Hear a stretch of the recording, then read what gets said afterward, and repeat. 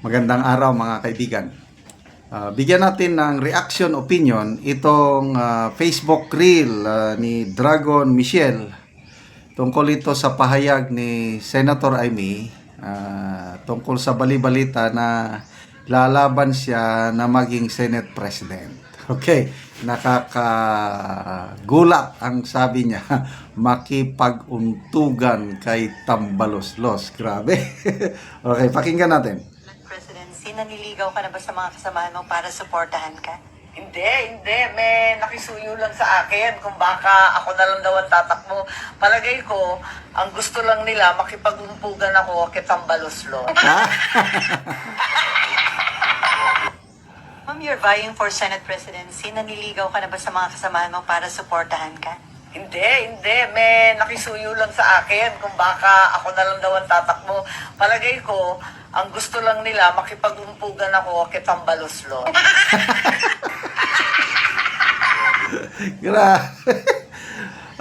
Grabe si Senator Amy. Ano na, palaban na siya ngayon. Malala nyo yung kanyang statement, video, I don't know, campaign ads ba yun? Yung a day before the election, sabi niya, ang gobyernong ito ay hindi na Marcos. Ito ay Romualdez Araneta. Grabe, laking statement yun. So, palagi niyang sinasabi na ang mga nakapalibot sa aking kapatid, sila ang nagpapahirap. May salita pa nga siya, I think, it's in a prayer gathering. Ang mga demonyo nakapalibot sa kanyang kapatid. Grabe. All out attack na si Senator Amy dito sa administration. Although makikita nyo, wala pa rin siyang, hindi niya direct na binabatikos ang kanyang kapatid. Ano lang, mga palisiya, yun. Iba na, may nabasa pa kong post na walang klarong programa, sabi niya, walang mga farmers, hindi na susuportahan, poros gabinete lang, hanggang gabinete lang, poros salita lang. Ganyan na siya ngayon. Okay, magbasa lang tayo sa mga comments bago natin pag-usapan na sino kaya ang magiging Senate President. Enrique Miranda, I'm a good senator. Mar Minyosa, we love you, Senator Amy. Ano pa? So, puros mga tawa o Silva Ronnie, ha. Exactly, Madam Amy. Julita Havana, good job, Senator Amy. Puros tawa, tumatawa. Ako nga, nung narinig ko, talagang napatawa rin ako ng gusto. Grabe naman, makipag-umpugan kay Tambaloslos. Okay, pag-usapan natin ang magiging Senate President. So, Escudero, nagpahayag na siya na gusto pa niyang mapanatili sa pwesto. Senator-elect Soto, yan, gumagalaw na rin. So, itong Duterte Black, nilalapitan na ng kampo ng Escudero, kampo ng mga Soto. Kasi anim, malaki yan, yung anim na senador. Aimee, Villar, Padilla, Marcoleta, Bongo, and Bato. Kung sinong susuportahan nila, malaking chances, yun ang magiging Senate President. So, ano sa tingin nyo? Sino ang susuportahan? Si Senator Amy, palagay ko hindi niya ipupus na kasi parang pangit ang dating. Bakit? Ang Presidente Marcos, ang House Speaker Romualdez pinsan, ang Senate President Marcos, 'di ba? parang kontrolado nilang pamilya ang executive at legislative. Di ba ang pangit ang dating? So, sa tingin ko, hindi pupos ni Senator Amy na siyang Senate President. Out of delicadeza siguro. Pipili lang sila, yung grupo nilang anim, I'm sure, may malakas na samahan yung anim na Duterte Black. Pipili sila ng Senate President na makakatulong kay VP Sara. Yun ang nakikita kong criteria, basihan. Sino ang makakatulong kay VP Sara? Unang-una, itong impeachment niya at saka yung pagtakbo niya sa ano.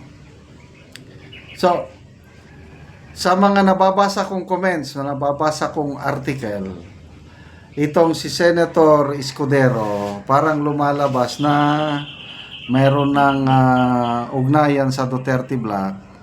At ito na, nakikita nyo yung impeachment. Gumugulong na yung resolution na dead on arrival or dismiss. O, di ba biglang nagbago ang ihip ng hangin? Pinospone yung reading ng articles of impeachment from June 2 to June 11. Tapos, kahit anong batikos nila kay Senator Escudero, hindi siya nagpapatinag.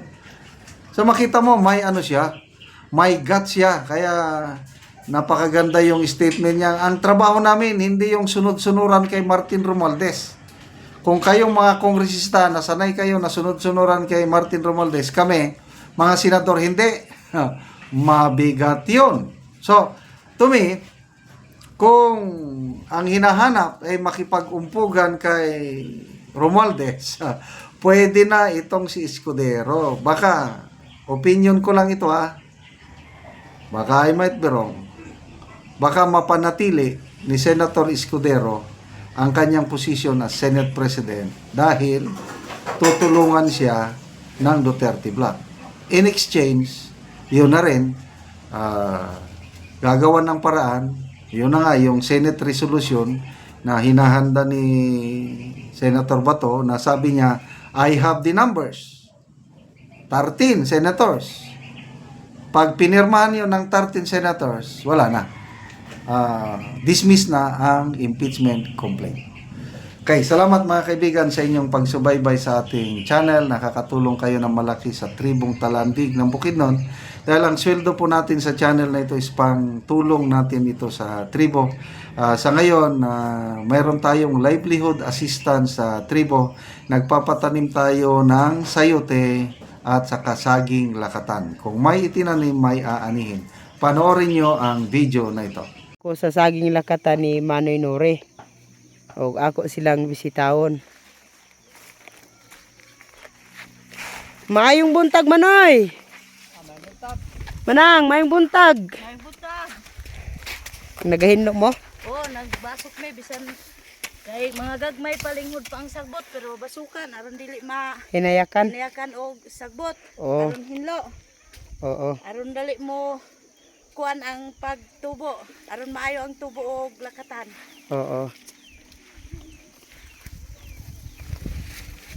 Og karon mga dagko na gid kaya ang unod sa ang saging ni Manoy hapit na gid ni mangunod, mga dagko na kaayo.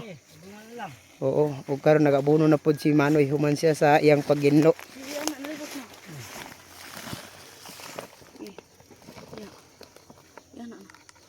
So sige kaulan, so nindot kaya mag-abono Manoy ba? Indot gyud kay Wapo kag kay si ulan na kuan kaning dali mo kuan ang kuan sa saging.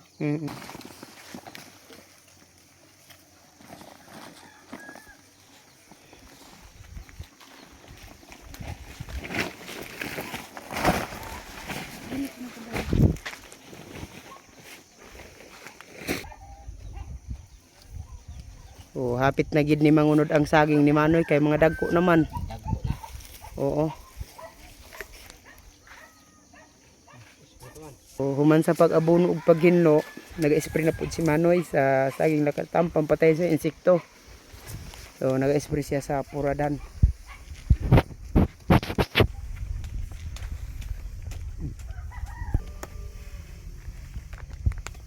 salamat ako. Salamat ko sa dako ko pagpasalamat sa Ginoo nga tagaan mi niya og grasya, panalangin og sa nagtan-aw sa video nga pasalamat ko nga mupadayon ang pagsuporta sa Saging Lakatan kay nagapananom na gyud mi naa nami ikasuportar og puhon-puhon nga maka-harvest mi sa among Saging Lakatan naa nami makasuporta sa among mga eskwela aron